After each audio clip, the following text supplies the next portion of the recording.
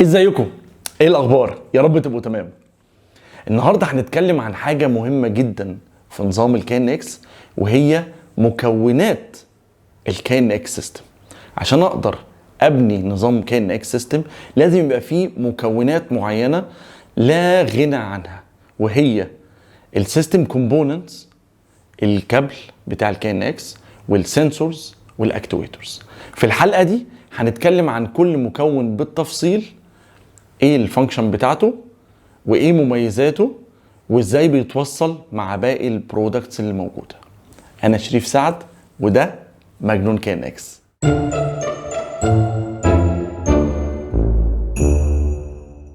بعد الطلب الكبير اللي موجود على نظام كي ان اكس من خلال المهندسين او الفنيين او حتى الاند يوزرز اللي بيبقوا عايزين يعملوا هوم اوتوميشن في بيتهم، فبقى مطلوب ان الناس تفهم هي ايه المكونات بتاعته عشان اقدر ابني نظام هوم اوتوميشن او نظام سمارت في البيت عندي، بحيث ان انا اقدر اتحكم في كل حاجه بنفسي، وفي نفس الوقت افهم السيستم انتجريتور او افهم الشركه اللي جايه تعمل لي هوم اوتوميشن في بيتي، افهم هي بتعمل ايه وبتقدم لي ايه وازاي اقدر اتناقش معاهم فيه. في الحلقه دي احنا هنتكلم عن كل مكون بالتفصيل. في 4 مكونات زي ما قلنا في اول الحلقه، وده لا غنى عنها في اي سيستم، وهو السيستم كومبوننت، الكابل، السنسور والاكتويتر. خلينا نتكلم عن اول برودكت موجود في السيستم، وهو الباور سبلاي.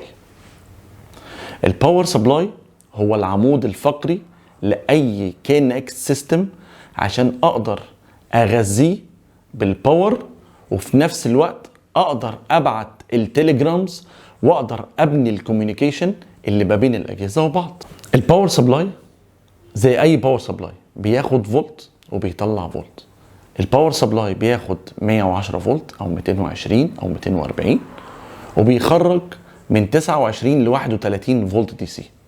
الباور اللي خارجه منه بتتوصل لباقي الاجهزه او باقي مكونات الكي ان اكس من خلال الكي ان اكس بس او الكي ان اكس كيبل، فبتدي لكل الاجهزه بتاعه الكي ان اكس الباور والتليجرامز والكوميونيكيشن، عشان لما ابعت سيجنال على الباص الباور سبلاي بيمشيها في الكابل وبتروح على كل جهاز من الاجهزه عشان تنفذ الامر اللي احنا عملناه.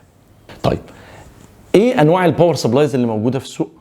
هتلاقي 160 ملي امبير، 320، 640، وفي بعض المصنعين عندهم 960 و1280 ملي امبير. بنختار ازاي الباور سبلاي دي؟ احنا هنتكلم عنها في حلقه لوحدها كامله، عشان المهندسين اللي بيعملوا التصميم يقدروا يختاروا الباور سبلاي صح. ايه تاني من المكونات الاساسيه في اي نظام كي ان اكس؟ الكابلر. الكابلر هو جهاز بيربط ما بين 2 كي ان اكس لاين او 2 كي ان اكس اريا. ايه هو الكي ان اكس لاين وايه هو الكي ان اكس اريا؟ برضو هنتكلم عنهم في حلقه لوحدها، عشان كل حلقه من الحلقات دي بتبقى متخصصه اكتر في حاجه جوه الكي ان اكس. بس لازم في الحلقه دي تعرفوا ايه هي المكونات الاساسيه لاي نظام كي ان اكس. طبعا واحده من اهم المكونات بتاعه الكي ان اكس هو الكي ان اكس اي بي راوتر، وهو الجهاز اللي بيحول الكي ان اكس تي بي اللي هو التويستد بير لكي ان اكس اي بي، يخلي الكي ان اكس سيستم يطلع على الاي بي، ومن خلاله بقدر اعمل انتجريشن مع ثيرد بارتي، اقدر اتحكم في النظام بتاعي من خلال الموبايل او الايباد او التابلت. ايه هو المكون الثاني؟ هو الباس كيبل. الكي ان اكس كيبل نفسه واحد من اهم المكونات في النظام. يعني انا هحط باور سبلاي وعندي سنسورز واكتويترز، طب هوصلهم ازاي مع بعض؟ طول ما انا شغال على كي ان اكس تي بي او تويستد بير لازم يبقى عندي كي ان اكس كيبل. طيب احنا اتكلمنا عن السيستم كومبوننتس واتكلمنا عن الباس كيبل، يهمنا نتكلم كمان عن السنسورز. ايه هي السنسور من وجهة نظر الكي ان اكس؟ هو اي جهاز بيجيله مؤثر خارجي عشان يبعت رسالة على الباص. كلام مجعلص، كلام تخين. طيب كل الناس فاهمة ان السنسور هو حساس الحركة، عارف السنسور هو حساس الحركة، وفي ناس بتقول السنسور هو الفوتوسيل اللي بيبقى موجود بره عشان اقدر افتح واقفل الاضاءة الخارجية او الفاساد لايت.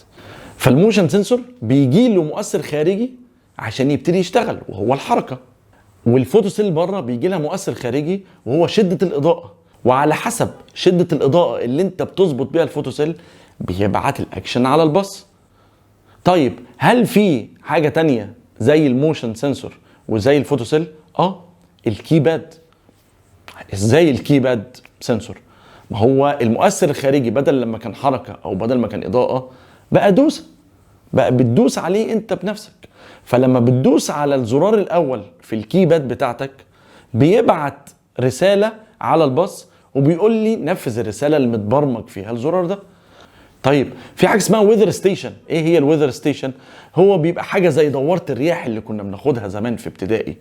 بيبقى جهاز بيتحط بره البيت بيقيس شدة الرياح، وعلى اساس الشده اللي انت بتظبطه بيها ممكن يبعت سيجنال على الباص. ممكن يقول للبلايند اكتويتور او للموتور اكتويتور ارفع الكار شيد، بحيث ان الكار شيد ممكن تتكسر من شده الريح فبيبتدي يرفعها.